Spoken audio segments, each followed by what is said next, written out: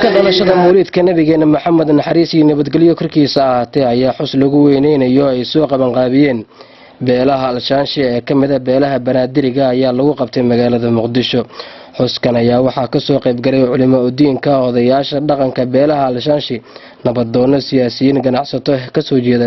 xuskan mawlidka nabigeena maxamed naxariis iyo nabadgelyo korkiisa ahaatee ayaa mid sanad waliba ay xusaan beelaha alshaanshe oo kamid ah beelaha banaadiriga.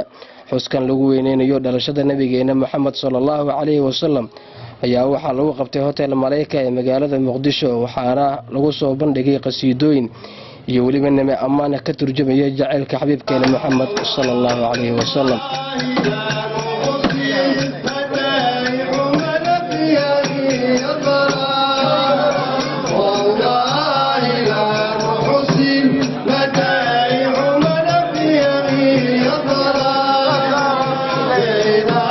Abdullahi Abdirazaaq Aadan Cazaani, TV-ga caalamiga ee Star, magaalada Muqdisho.